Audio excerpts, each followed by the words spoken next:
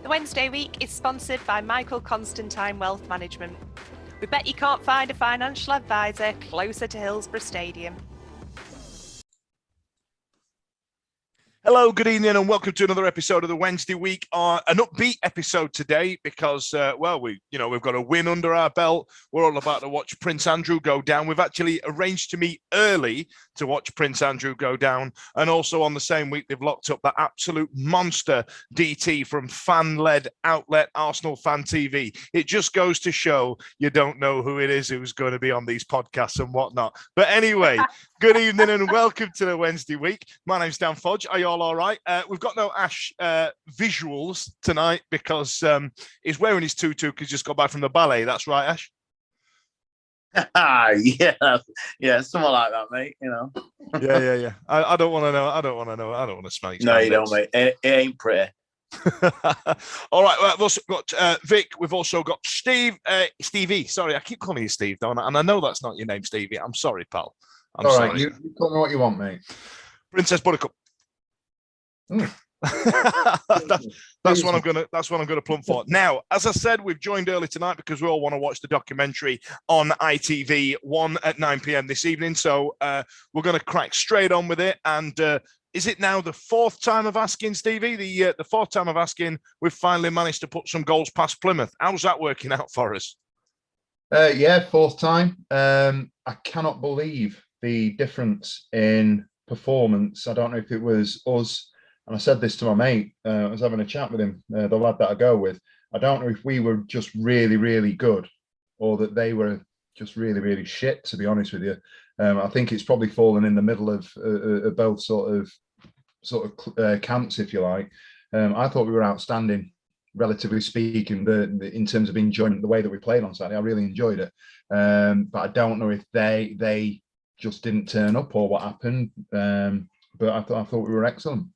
Well, Plymouth have been I'll start that sentence again, kids. Plymouth have been no shrinking violet this season at all. I mean, they've been going great guns in the league, or as well as we have. But every time we seem to have come up against them, we've come a cropper. It's been an absolute mess. Now, Ash, the game itself. I mean, Steve poses a great question there. Were we great, or were they just gash? No, I think we were great. I mean, the first 20 minutes, I think. Polar opposites from the last two games previous, absolute totally different. It was on the front foot, and I think, I don't know, obviously we've played Plymouth 3 times before, so they must have known what to expect, but I think we were totally different from them 3 previous games, which could have, I don't know, unsettled them. The first half, we scored, and it was like, totally, Plymouth did not even register that we'd scored. They didn't even try. It was nothing. The first goal in 3 games against them, and it was great. It was great. It was good. I was really impressed, and I don't say this very often, but I was really impressed with the start. That's why he's struggling, isn't he? He's I was trying going to to say, not Ash, be positive, but it's eating away at him. He's are you all right there, like pal? Prince Andrew. Don't worry. There's negatives coming. That's why you're here, pal. Yeah, no, no. It was good to see, totally. And I don't know how you guys felt, but I thought with the previous games against Plymouth, I thought it was going to be a struggle, but obviously no Ryan Lowe there anymore. He's gone on to pastures new, and it was really refreshing to see. A really good start, and like I say, it was a cracking game, cracking day. It really was. It really was. Now, Vic, a player that stood out for me during this game was Nathaniel Mendez-Lang. You know what I mean? And fair play to him. You know, he's the rumours were that he'd come to the club under a cloud after leaving Cardiff for what was reported by people on Twitter. I mean, this is allegedly, don't get me wrong, that he was on the nose bag. Now, if that's true, I don't know. But, you know, fair play, because I can't run when I've had a paracetamol. So fair fucks to him if he's done it off his tits, like, you know what I mean? But, I mean, no, seriously, he was great, wasn't he? He was an absolute cut above. He was outstanding. And he's massive, isn't he? He'd make you and Stevie look little. Oh, he's a big stack. Absolutely huge. But yeah, he doesn't run like a big lad. Do you know what I mean? He's quick and he's clever, and yeah, loved it. All right, get your digs in. Is that, you know what I mean? Is that because me and Steve can't run? Is that, I mean, what you like? Steve can run. I've seen Steve run. Well, you know, hobble. Can you imagine you run like Louis Spence? Anyway, hey, the only time you'd see me running was from the security guards in Meadowhall back in 1996. I think, yeah, he was outstanding. I think quite a few players stood out.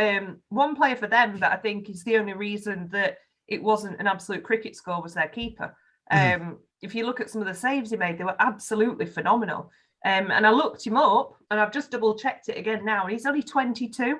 He's their keeper. I said, because at the time my mum said, God, he's good, him, isn't he? And I said, yeah, he must be like one of these. In this league, a lot of keepers are on loan, aren't they, from like Premier League, Championship clubs. But no, he's homegrown from Exeter, from Plymouth sort of way.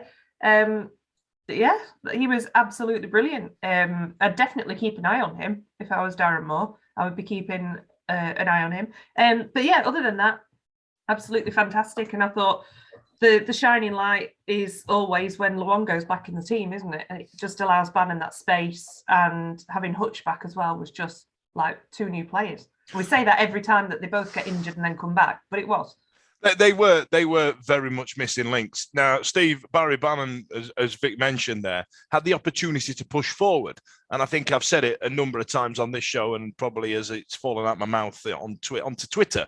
I always believed that we should play him in a more advanced role. But what happens is when he gets the mug on, he drops back, wants to do it all himself. We've discussed it to the nth degree on this program alone. Now, did you feel that having Luongo gave Bannon that confidence in order to push forward? I mean, all right, yeah, he ballooned a lot, he fluffed his lines on a good few chances, but I've not seen him have many clear-cut chances like that before. Yeah, I'd agree. I think there was a definite shift in the position that he was playing in. He was certainly the other sort of 15, 20 yards, the other side of the halfway line, if you like. And I think the fact that Luongo was there as a sort of an insurance policy allowed him to do that. I think, to be honest with you, I know that people will clamour when fully fit for maybe a return of Dennis. I actually like the balance of that middle three. I think Dele Bashiru offers that youth and that box-to-box sort of energy. But I think Luongo, as Vic has said, and as we've sort of alluded to, Luongo brings an absolute, totally different dynamic to the entire team, breaks things up, is aggressive. You can see that when even when he's not going to win a tackle or he's not going to get there, he's going to do everything he can to just ruffle the feathers of the opposition, and that's something that we don't necessarily have. We don't have players that have got that discipline or that experience or even that ability to go out there and say, right, I'm going to get somebody I'm just going to put them off so they're going to end up fluffing their lines. I thought Bannon, and I know, dare I say, I know Ash probably won't agree with me. I thought Bannon was excellent on Saturday, allowing him to play a bit further forward. Yeah, there you go. Allowing him to play a little bit further forward. I thought, was it Saturday I put on the chat and you just shot me down straight away? But I just thought he was really, really good. Yeah, he fluffed his lines in front of goal, but if you fluff your lines when you don't remember him, and it's been that long since he's played that advanced, I'd say there's an argument that give him 2-3 games, he's going to potentially, if he keeps playing in those positions, he's going to start threatening the goal. He's going to start getting shots on target. There was one that he bent second half that just went just wide of the left post. On another day, that curls into the top corner. It's goal of the season contender. I thought Bannon was really good. I thought the middle three were really good on Saturday. I think 4-2 flattered them. One thing I would say, just going back to Mendes Lang, that sort of struck me was he's come under a cloud, if you like, to the club, and we've signed a certain other player that has come with a point to prove, perhaps. And I just think the difference that we saw on Saturday to a certain striker that once allegedly commanded £25 million fees was absolutely night and day. And I think, when we signed Berahino, we were looking at somebody coming in and potentially taking their chance to get the career back on track, if you like. And even if it was just a short-term thing for him to say, right, Sheffield Wednesday's a shop window, and I'm going to try and get that transfer back to the Midlands with a championship club, whoever that may be, or whatever that may be. It's not happened for him. And I think Mendes Lang on Saturday, absolutely phenomenal, absolutely outstanding. Set up the first goal. There was never a doubt in my mind when he got the ball on the halfway line or the ball was played through on the halfway line before the second goal. There was never a doubt in my mind he was going to score. And I know we're going to wax lyrical at some point, whether that be tonight or in the future. We'll talk about Corbin. I've got a fair few viewpoints on whether or not we're going to miss Corbin based on what I've seen on Saturday. Well, I'll tell you what, Steve, actually, before he put that ball in the net for the second one, Mendes-Lang, he actually had a chance that was, and when I say carbon copy, it was exactly the same. He cut inside, sent the defender for a bag of chips, tried to curl one in the far post, and he missed it. And then he did exactly the same for the goal. You know what I mean? He knew he had a formula. It was working for him. And I think what you were saying about Luongo and Bannon, normally when FDB is in the team, when Fizz is in the team, you kind of go, do you know what? He's actually put a shift in. And I think that Luongo and Bannon made FDB look a bit average, as daft as it sounds. If I had any critique of any of the players, it just didn't give the opportunity for Fizz to do what he can do because he had such quality around him. Not that I'm saying that he had a poor game by any stretch of the imagination. He just made to look poor because you had the two around him that I thought looked great, and Mendes-Lang, who looked, well, a man possessed. You know what I mean?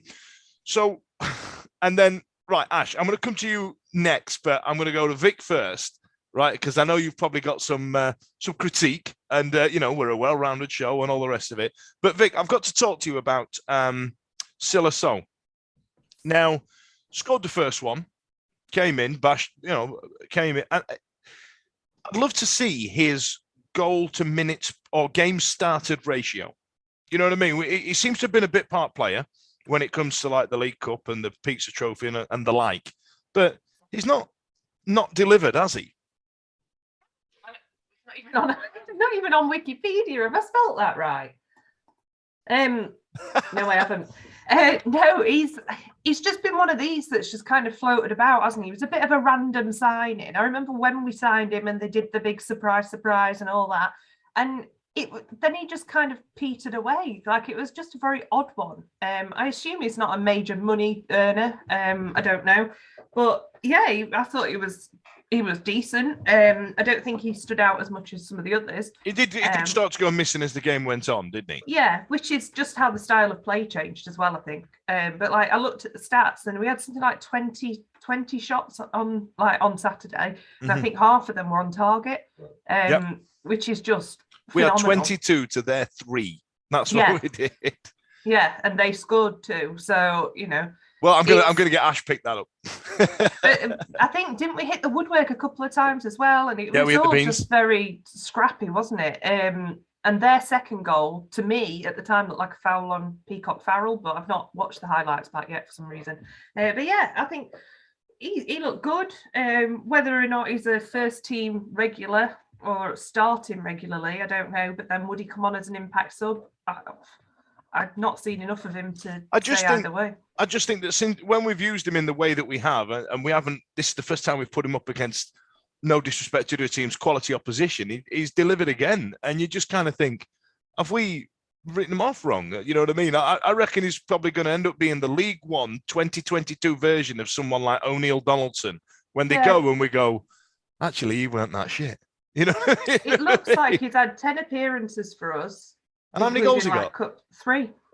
I'd argue that's as bad. That's as good as probably Gregory. For a winger, that's he's not playing up front in the majority of those games, and yeah, I think that's all right. All right, Ash. I know you've probably got some notes. Did 3-2 4-2 flatter them or flatter us? Oh, definitely flattered them, didn't it?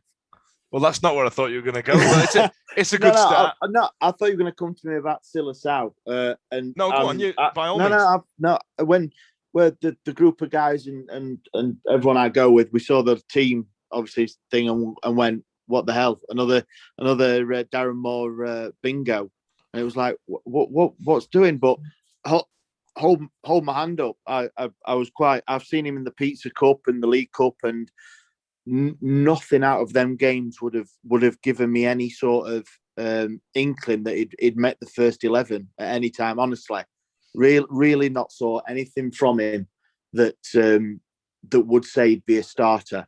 But I've got to say, hold my hands up. He came on and he was like a different person from last time I watched him. He seemed like he knew what. I know it sounds stupid. Knew what his job was. Knew what he had to do. Like the instructions. He took his goal well. No complaints there. And yeah, I agree with what you said, Dan. He did fade as the game went on, but 10 games he's played, but how many has he started? Not that many. Yeah. So it's always going to happen. But yeah, I've got no complaints with. He did a job, didn't he? He's been put in and scored. That's what you can't ask for much more, and that's what you want with anyone that been brought in that's not a usual first teamer.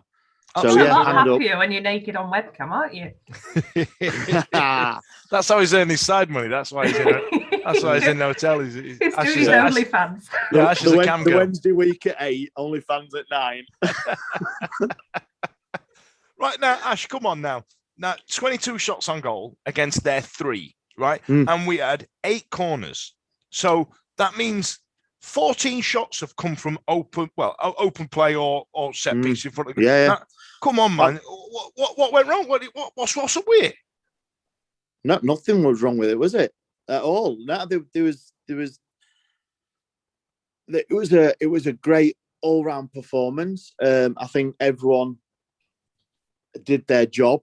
I don't know what the thing that's for, and this is the negative, obviously. Well, that's what we're waiting for, Ash. Come on, pal. Hit it on me. What? And I don't know if everyone might agree, but what is the difference from the last 2 games to this? What's changed?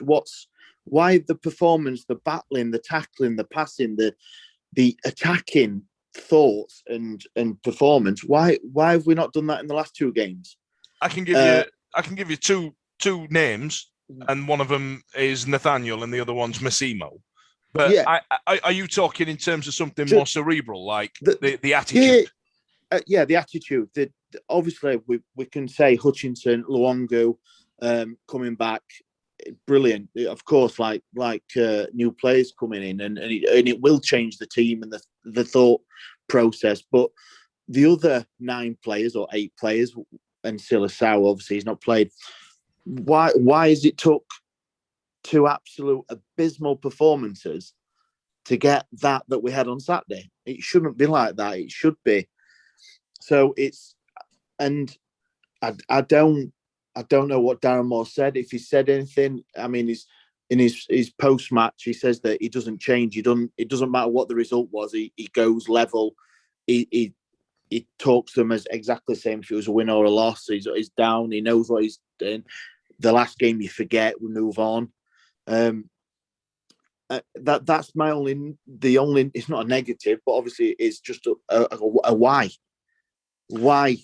I personally, and I'll say it, I think the major difference, and we've said it all night, I think the major difference is Luongo. And I think Luongo is the major difference because it allows Bannon to play further forward. And what I mean by that is Bannon will have a style of play where he has to have a certain type of influence over the game, over the team.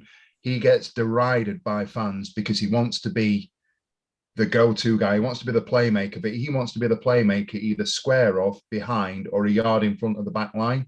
And by Luongo playing, it allows Bannon to go and do his little bits further up the pitch. And that automatically makes us a more direct team. It makes us a more progressive team. It makes us play on the front foot a little bit more. I think Hutch coming in the middle of the 3 offers a balance that has been fantastic for the back 3. And the back 3 played really well as well. Palmer was Palmer, and that's all I'm going to say on him tonight. Hutch being Hutch was Hutch. I see you had to adjust yourself there, Stevie, when you said that. I think the guy at the back 3 on Saturday, as excellent as Hutch was coming back in, I was really impressed with Marvin Johnson. You know, he came in, played centre half at the start of the season. We've all gone, what the fucking hell's going on here? And then all of a sudden he seemed to settle in when we went on a bit of a run. And then just when results got a little bit desperate just before Christmas and over the Christmas period, I think he's obviously had an injury as well. It kind of, the polish kind of came off it a little bit, but I thought he was outstanding again on Saturday. I thought he linked up well with Mendes Lang. I just think, I don't necessarily think it's been anything that Moore has said per se. And this points to the fact that I've made previously. We can be really, really fickle, because if we'd have drawn the game on Saturday, or, you know, Luongo hadn't played, or whatever would have happened had happened, we'd be sitting here tonight going, Moore still hasn't got a clue. This isn't right. This isn't right. We'll be pulling at this, that, and the other. The reality is we were excellent on Saturday. I know I said, were they good, or were we good, or they poor? I thought we were excellent. I thought it was a performance of the season. And That's my issue with it, Steve. Like, you know what I mean? We have said a number of times on this show, once again. I mean, if you know regular listeners, you'll realise that it's just the same gags over and over again. But it's also the same content apparently now. But you know, we've said a few times that this squad that we've got is one of the best squads in the league. It really is. And what Darren Moore's managed to do is not get a tune out of them. And that's what's annoying me. You know what I mean? We are capable of, like Ash says, we're capable of those results that we got on Saturday. But we nearly fucked it up. You know what I mean? We still conceded like that. Sorry, Dan, but and I agree with Stevie said, Luongo. I mean, I don't care what anyone says. I think he's one of the best midfielders in the league. I would put money on that. If he plays the rest of the season, it will make us a hell of a lot better. But why should it just be one player that makes us that performance? Why should one player have that big an impact on a team when we have got, like you said, one of the best squads in the league? The problem is, when he doesn't do it, who does? That's the issue. We can talk about having great players, and we have got some fantastic players. We've also got players that we've put on a pedestal, and we can talk about Dennis, for example. Dennis' start of the season was absolutely phenomenal. How does he get, based on what I've seen Saturday, where does he come in? Do you know what I mean? Is he actually that? And I know this sounds ridiculous, and I haven't been drinking till half an hour ago, but is he actually that good as we thought he was at the start of the season? Or, you know, when we've got our first team fit and firing, does Dennis get in that first side? We've talked about Sal. Does Sal play in front of Canberra? Do either of them play in front of Windass? Probably not. You know, are we going to miss Corbin? We've now got Mendes Langin. What did we think of Jack Hunt the other day? Jack Hunt was outstanding. Again, the ball that he put in for Hutch's goal, phenomenal. You don't get crosses like that in League Jack One. Hunt is far, far too good for this league. I've said that a million times. He is far too good. The only reason we've managed to get him is because he's been here before. I genuinely think that is the only reason that we've won the battle over other people. He was, his first few games, he was awful. It was like he was washed up, and then Cambridge away, things like that. But he is I don't know if he's working harder in training, got fitter or what, but yeah, absolutely turned his season around. I think he has been a cracking signing. Really do. It really has. So just to finish the point, given the starting 11 and the big players that have been missing and the players that we've got missing, you know, now that they're all coming back, to come full circle on it, when they're all in, you know, we've got to argue about Dunkley coming back. If Dunkley comes back in, we've got to talk about Iorfa coming back in. You assume he's going to come back in. Windass will get fully fit. Is he going to go and lead the line with Gregory?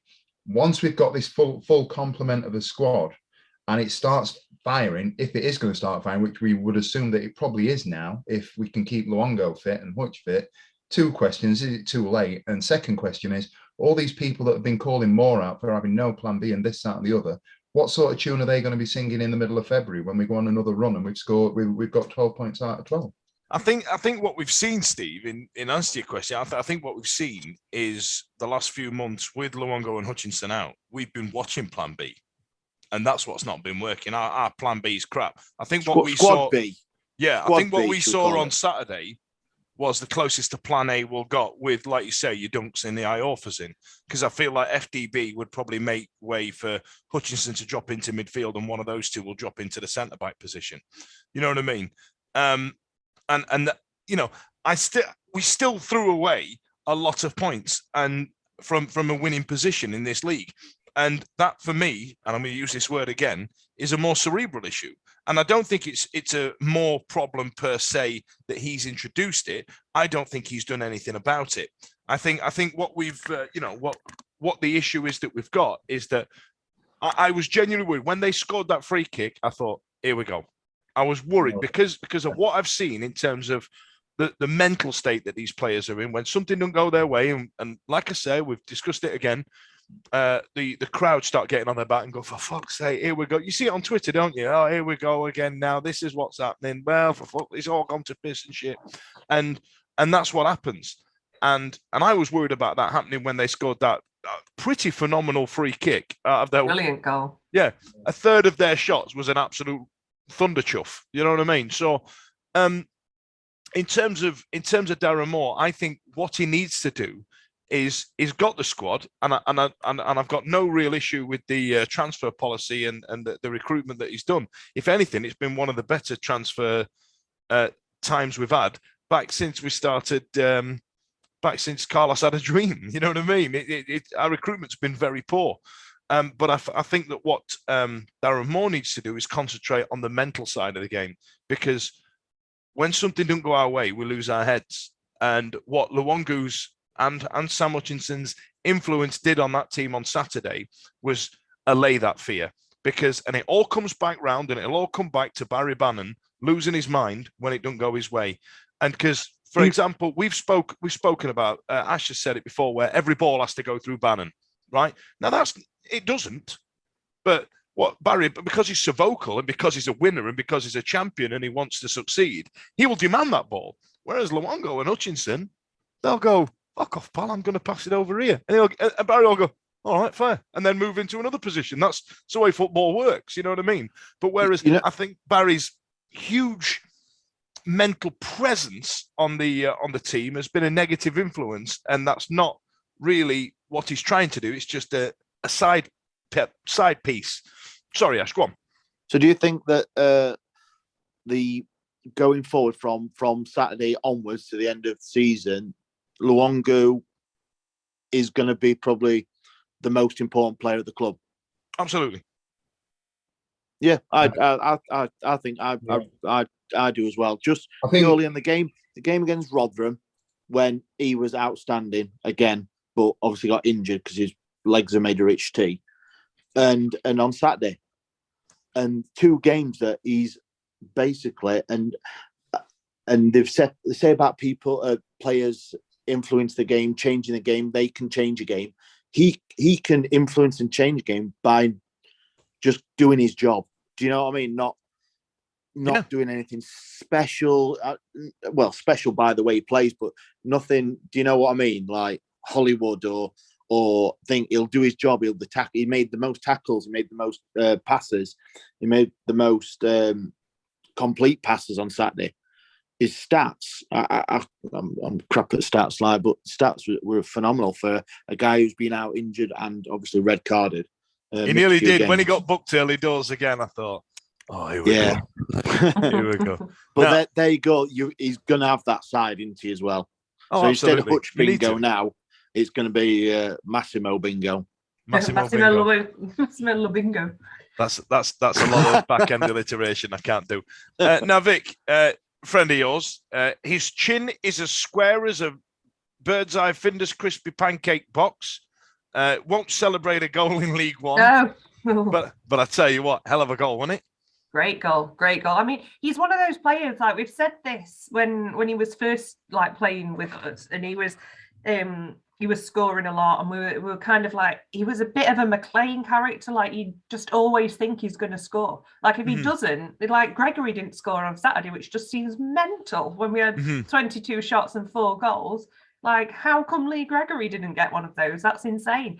But he just feels like one of those players, like he comes on and you think, oh, any minute now. It's more of when rather than if, which I feel like I've said so much this week about bloody COVID. Like, not... But yeah, it just... What a goal. Obviously not allowed to celebrate because his dad told him not to. I did wonder. I tweeted that. What is that bollocks? His dad has told him, because he got relegated, he's not allowed to celebrate a League One goal. Yeah, cheers, mate. Thanks. I get it. He's going to score for us and not celebrate. No, but did you see Barry Bannon dragged him over to the crowd and went, Yeah. "You can celebrate with them, you dick." Yeah, I think Still he's didn't also, celebrate. I mean, we've discussed this before and we talk about it quite a lot on the group chat, but he's also a bit of a prick, isn't he? So, Yeah, he is. He's an idiot. it's just, It's a bit harsh. oh, No, he he's a is. fucking moron. Did you see him lose his head the other night about Ronaldinho and Neymar? He is just a bit of a keyboard warrior, isn't he? He's obviously sat at home waiting for his painter and decorator in Sheffield that he tweeted about. And I've told him I'll do it. You know, it's not a problem. It's a but good yeah, job he's pretty. That's a good sign as well, though, isn't it? If he's getting a painting and decorator in Sheffield. Yeah, Was that but a you do, have euphemism? to, you do have to redecorate before you move when you rented somewhere. You know that, don't you? Yeah, that is true. That is true. Oh, mate, you're going to start rumours across the interwebs now, aren't you? There.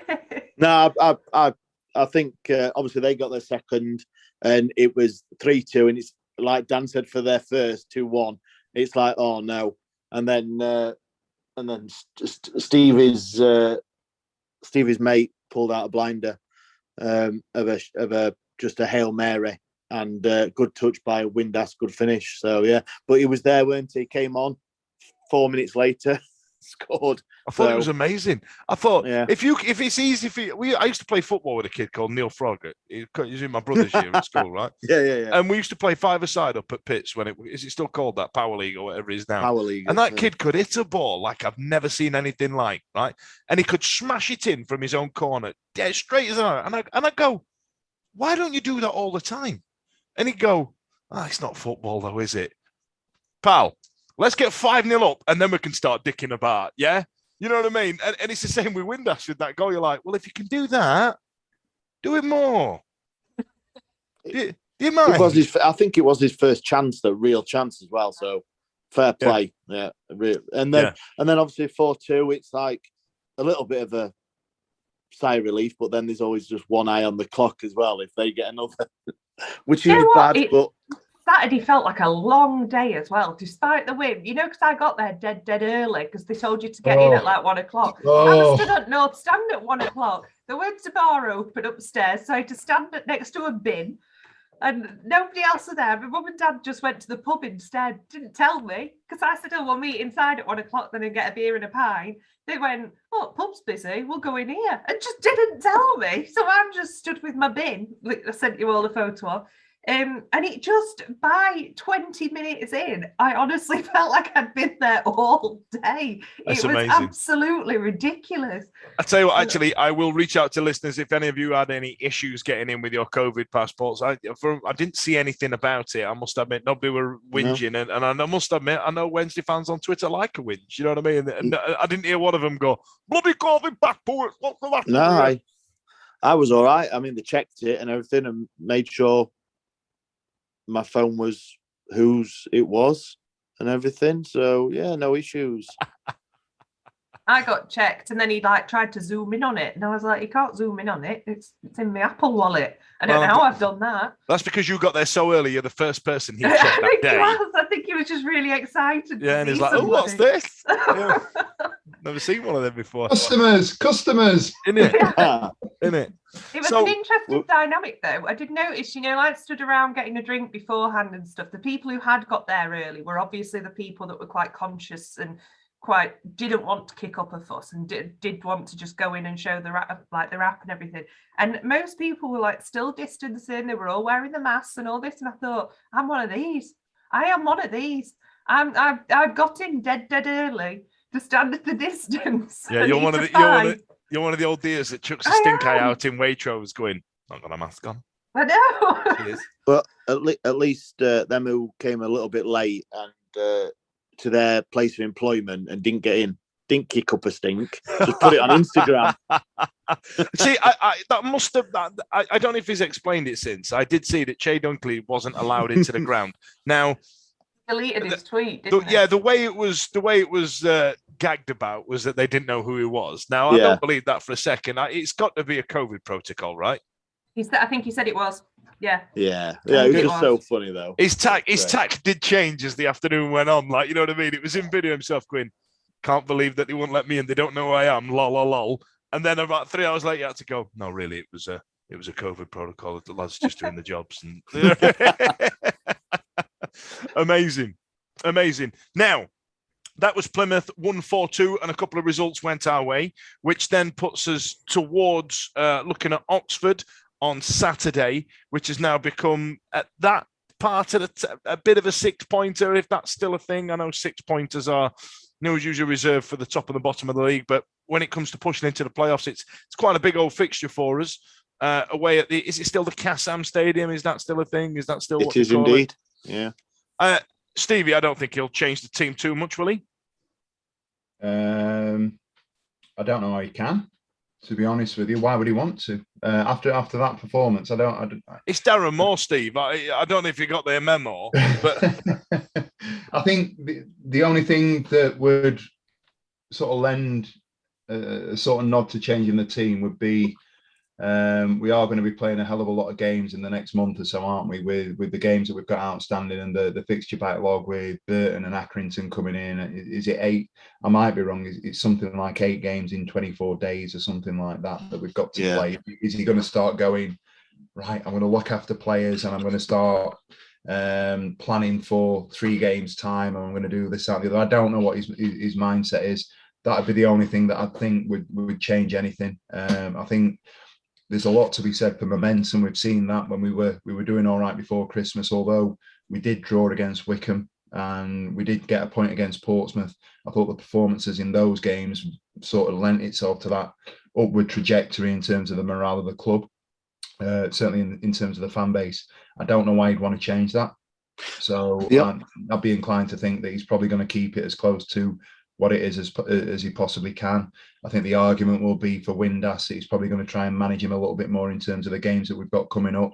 Luongo was fit enough to start the other day. He's had no adverse reactions as far as I'm aware. Same with Hutch. So I don't think that'll change. Mendes-Lang, outstanding. Hunt, outstanding. I don't see what he's going to change up, to be honest with you. The only other thing is it a Patterson kind of game? That's all I can think. Do you know, I forgot he played for us. Go on, Ash. Sorry. No game's a Patterson game. Hey, no, what? He's currently sat on Twitter knocking out tunes into you. Mate, it's my favourite Twitter. That is brilliant. Absolutely brilliant. Absolutely great. And my only thing, what Stevie was saying, was with the games coming up, is I hope he doesn't change it, because Oxford, like Dan said, they're in the same sort of position, quite close to us. I'd rather him try and change it if he had to lower position teams. I know you're saying you're going to easily beat them, and after one of our podcasters did some excellent homework on the group chat about how many points we've won against the top 6. So you'd hope that he'd try and half time with Stevie. He'd try and keep the same team as much as possible, momentum-wise, to anyone up and around us, and try and rest people on lower position teams. So hopefully, on Saturday he'll keep 99% of the team. Oh yeah, I think you're right. I think So might make way for probably Windass or Patterson. You know what I mean? I think that land. Now, Steve, I'll tell you what. Do you want to tell us about your homework that Ash alluded to there? Because I found it fascinatingly interesting, I must admit. But just give us the gist of it, and we ain't got a whiteboard for you. Oh, I knew you'd do that, so I screenshot it. He's done really well. Just out of curiosity, he's really proud of himself. He is. Sunday this was is what great, happened when a married man with twin daughters has a bath on his own. He's like, "Oh, I'm gonna do some stats."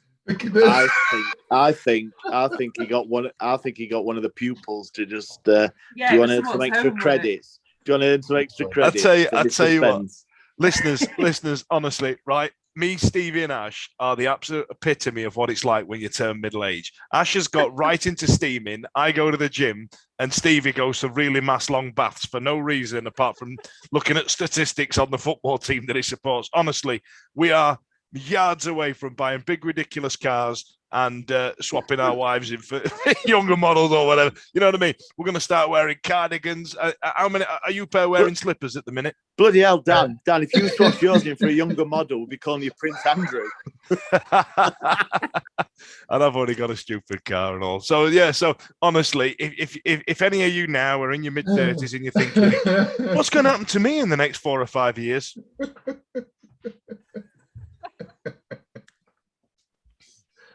And I hang around with you. I don't know what's more tragic. In it. Go on, Steve. Tell us about your own work. So it was actually Vic that triggered it. Vic, we were on Sunday morning, and we were in the bath. No, me and Vic you were sat on the toilet, just talking to him. Something to do. It was just a random comment when she said, "Look how many games in hand that Wigan have got. They've got like 5 games in hand, and you know they're right up there. How the hell are they up in that? You know where they are?" And I just thought, out of curiosity, how have we done against other teams? Were you thinking about me in the bath, Steve? Just give it, Steve. Just give it. Just say yeah. Just. He was laid there, floating away with his little bath bomb from Lush and his candles, and he went, "I'll think about what Vic said earlier." Right, let's talk more about the statistics rather than Steve's bath bombs. Right, that's not the title of tonight's. That's a euphemism. Jesus. I think I always sticks with me that we tend to do all right. Sunderland aside and Plymouth aside, when we've come up against the better sides in this league, we've always done all right. So I wanted to know how many points we picked up against the teams that we played. And if you took us as a mini league with Wickham, I think it is at the top of the league at the moment, isn't it? Right down to us in 8th. If you take every team that has played each other out of that top 8, I just thought, who has got the most points? Who's played the most games? Who's got the most points? What does it actually mean? And you can take it all with a pinch of salt. You know, we've actually played 9 games along with Sunderland and Wickham. MK Dons have played 7, as have Wigan. Rotherham have played 6. Plymouth have played 8 games. MK Dons have played 7. Plymouth have, the 8 games that Plymouth have played against the top 8, they've taken 7 points. You know, really? So they're just beating the teams that they should be beating? They're beating the teams that we sulk about not beating, basically. Right. I'd do it in reverse order. 8th place Plymouth, they've played 8 and got 7 points. Rotherham have played 6, so they haven't played many, but have got 8 points. You can take that with a pinch of salt. What does that mean? They beat teams that are beneath them. They beat the teams that they're expected to. Yeah, Rotherham have been having a good season, to be fair, aren't they? Yeah. Wigan in 6th. They've played 7, got 10 points. Oxford 8th, have played 8. Sorry, have got 12 points. MK Dons have played 7, 13 points, and then you've got your top 3. 3rd place Wickham have played 9, 14 points, and then the top 2 teams in the league out of that mini league of the top 8 are Sunderland with 17 points and us with 16. Oh wow! So we've been beating the bigger teams. Do you reckon that's a complacency issue, or do you reckon it's something where because they play what's perceived as better football, you can, you know what I mean, you can raise your game? Is it a cup final to us, as it were? You know what I mean? I have no idea. Well, I'll tell you what, get in touch with the comments just below there. We're on YouTube if you want to get in. Don't forget to press the little bell. I think there's, I think the thing that I would take from that is that when we come up and we go, right, we've had a shit game against Morecambe. We've dropped points against Gillingham. We've done this, and this. Oh, Christ, it's Plymouth next week. It's Oxford Saturday. It's MK. It's whoever it is. I don't worry about those games because we always seem to turn up. Mm-hmm. You know what I mean? So, ironically, we had a conversation earlier in the season. I said when Oxford came to us, they absolutely steamrolled us. They got off the bus at 2:15.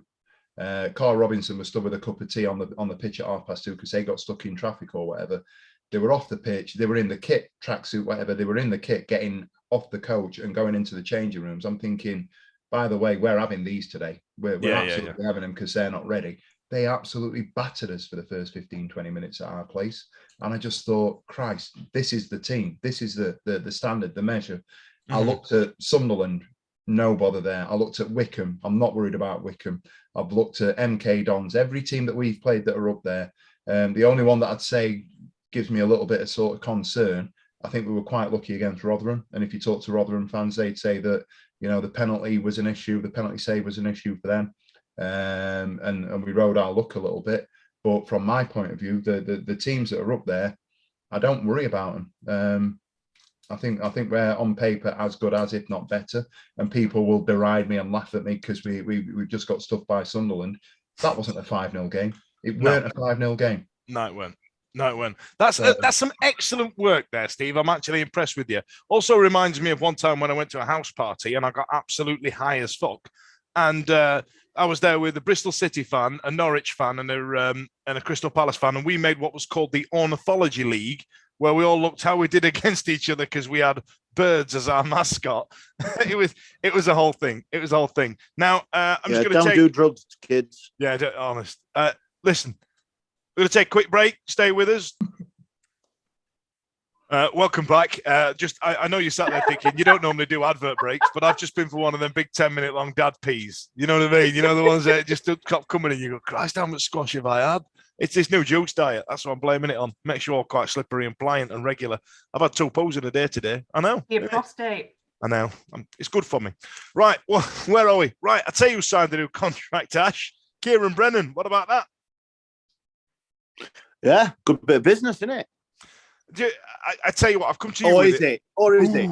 I've come to you. No. I've come to you with it, Ash. Now, is it a sign of the times? And I wanted to discuss the embargo, if anybody's got any information on it. That we've got, that our biggest signing of the month so far is literally a player we've already got. Yeah, but how many times in the past has it slipped us by? And some potential players, because we don't know, do we? The players that are left, obviously, like Big O. Shaw and Uragide, what they'd be. So it's good to tie him down after the performance is played and the minutes is done. He's looked very assured. I think he's not put a mistake in him really at the minute. I think he's learning. It's good to tie him down young, and I think it's a good bit of business. Honestly, obviously time will tell, but what I've seen of him personally, I think it's better to give him another few years for him to develop than lose him now and him go on to, I don't know, Tranmere Rovers and fuck his career up. Specifically Tranmere. There's an estate agent in Glasgow that's fuming sorry at the to all our moment. Tranmere listeners. Sorry, Vic. I'm not a Tranmere fan. Yeah. Yeah, I think because like you've just said, I mean, we can name how many players over the last few years, from the dreaded George Hurst through to Sean Flair. And who else was there? There's been a couple, and they've all ended up at bloody Celtic. Or coming up, Scotland. Oxford, we've got Jordan Thornley. He plays for them now.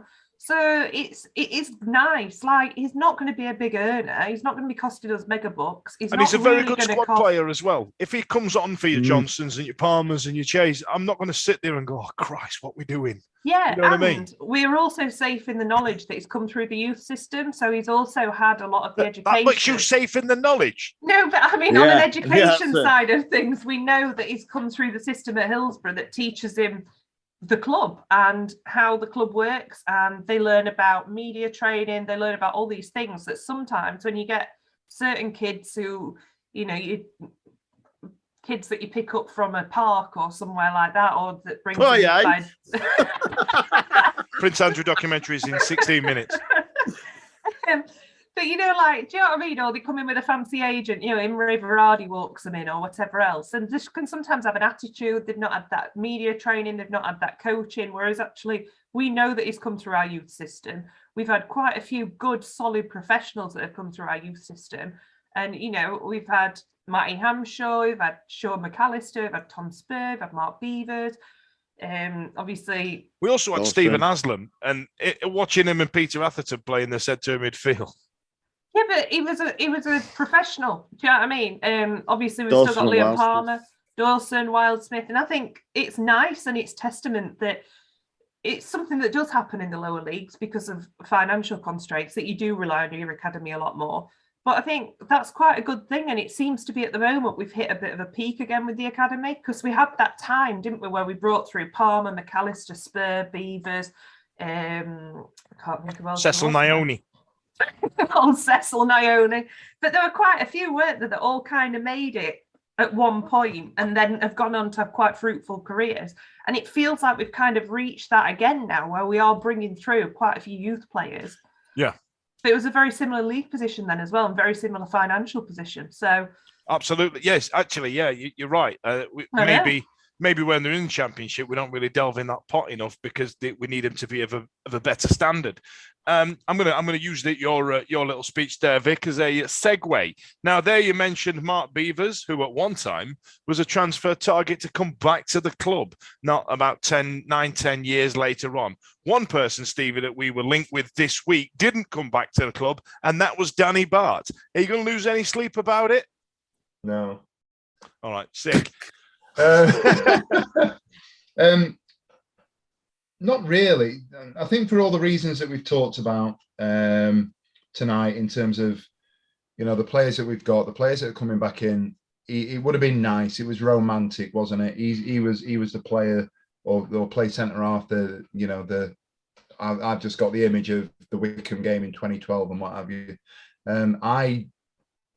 If nobody had mentioned his name before he signed for Sunderland today, I don't think it'd have been missed. I don't think it would have been on anybody's radar. I think the Brennan signing is probably a better bit of business given the circumstances that we're in. Bart would have commanded a little bit more money in terms of salary. I don't necessarily, and Ben, if Ben were on, I'd be saying Brennan's got to start. Brennan this, Brennan that, Brennan the other. He's not a starter. They're a couple. Yeah, quite possibly. that's why so large, like that. He's a good backup, and it's a low stakes signing, is Brennan, in the sense that he's going to get his feet under the table. He's going to have a look at developing himself. I don't think when everybody's fit, he's anywhere near the first sort of three back centre halves, if that's what we're playing. I think Danny Bart, when everybody is fit, would cause an additional headache, and I know that's going to be something that's going to be quite controversial in terms of people listening, thinking, "Be talking out your arse, he's a good player and he's done this and that." No, I'm not going to miss him. I'm not bothered necessarily. Beavers, I think, is a slightly different situation in that I don't think, respectfully, he's necessarily as high a profile. I don't necessarily think he's going to command as much of a transfer fee. If that was something that we're going to try and get over the line, I'm not against it. But again, I think Johnson, as I said earlier, I think Johnson now has a position, and with somebody like Hutchinson, Dunkley, Iorfa playing in the middle of a three with Palmer on the other side, I think he's found his position. So okay, fair enough. Anything to add, Ashley? No, I totally agree with Steve. I think the names that obviously, like I said, that have been mentioned, if they did sign for Sunderland without mentioning Sheffield Wednesday, you wouldn't have gone, oh shit, there's one we've missed. But then again, if we are in the window for a centre back, I couldn't give you any names because I don't know. We need cover, but the person that comes in is going to be one of those where they come in, they're not going to be automatic first teamers. So who's going to want to come to a League One team and sit on who's not going to be paying? It's not like you're going to go to Newcastle and get paid X amount to sit on the bench. You're going to be on bare minimum and not playing as well as often as you'd probably want to if you're 30-odd-year-old. Yeah. So I couldn't give you any name. I really couldn't. The young lad from, was it Brighton? Is it Roberts? Yeah, we're linked with a guy from Brighton, aren't we? This I think week. Hayden Roberts, I think it was, something like that. Then maybe a younger guy that wants to play a few games and play for next to or behind people like Sam Hutchinson, who might learn from as well. So I think that's what Wednesday might look more at, rather than the 30-plus centre halves coming for a final payday. Yeah, like, bad, but, Aidan Flynn, where he came, got injured, went back and had a stormer. But, yeah, that. So, I think they'll bring someone if they can, but I couldn't give you no names. And if we miss out on 10 centre backs, it'd be okay. So I think we same also as forget how many players we signed during the last transfer window. It was absolutely astounding, wasn't it? It's not like 13, 17. Yeah. Something like Let's that. just get more. Fuck it. All right. But that's the thing. Do you know what? Just on that, if we get to the end of the month when the deadline day is, if we don't sign it, I'll say it now. If we don't sign anyone, I'm not bothered.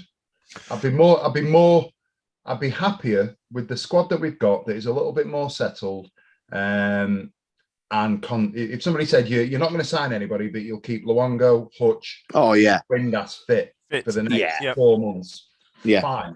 Yeah, I think the fine. fitness is the key. I think we've definitely got the squad. I just think it's the fitness. But would any of you be saying this if we'd lost 4-2 on Saturday, or if we'd drawn 2-2 on Saturday? But I don't think we would have done with those main players there. But I'm not saying. I'm saying if we'd have lost the 2 points. I'd have been fucking raging. How the bloody hell have Sunderland got Danny Barton? We haven't. A load of old shit. More out. Come on, silly bastard. We're so fickle. Yeah. Well, that's we ain't losing. We weren't gonna, with that side out on Saturday. We weren't gonna lose. No. That's the thing, isn't it? So if we can keep those lads fit, we're not going to go the rest of the season unbeaten with Luongo and Hutch and Windass in the team. But we will win significantly more games than we will lose. And it's to your point, we are fickle. We're an absolute shithouse of a set of fans on Twitter. But if we can keep them fit, we'll probably lose 3-4 games for the rest of the season. If we can be in and around the playoffs because we've drawn too many games without him, I'll call it. I've got no issue with saying it. Our back is in the playoffs with that squad. I tell you what, Steve, somebody make a note of the date and time in which he said that, and we'll play it in a montage at the end of the season for the semi-finals, as Roy Hodgson used to call them. Stevie's already booked his hotel for the final. Hasn't he? Yeah. Yeah, innit? It's non-refundable. That's why he's so positive. Right, we've got last couple of minutes. Vic, Oxford coming up. Are you worried based on Steve's bath time stats? No, not particularly. I just, it is what it is. It's one of those. I feel like a complete snob every time, but I look at these games that we're playing and I go, "Oh, really?" Yeah, bless them. Do you know? And but Oxford have turned us over before. Oxford, exactly. Yeah, they're the only team to beat us at home this season. Yeah, and I've said before, we're in this position because we're just as bad as them. But it's still the arrogant 90s Sheffield Wednesday fan in me is going, bloody Oxford. Right, yeah. So, no, I'm not worried. I'll watch it. Oh, give me a prediction. 2-1 to us. 2-1 to the Wendy. Stevie? Given all the positivity today, I'll be happy with a draw. Right. Ash? Well, I say this I say every time that I venture out and watch the mighty Owls on the road, the best win. So I think it's going to be 2-0. I'm going to go 3-0 because I'm optimistic and you're all miserable. And I'm not miserable. I said 2-0. I know. Clean sheets, mate. Clean sheets, BPF back in form. That's what's happening. Ladies and gentlemen, thanks a lot for joining us. Hopefully we won't have to play Plymouth again and talk about that. Or what we should now call it is the Reda Johnson Derby. Have a good time. See you later. The Wednesday week is sponsored by Michael Constantine Wealth Management. We bet you can't find a financial advisor closer to Hillsborough Stadium.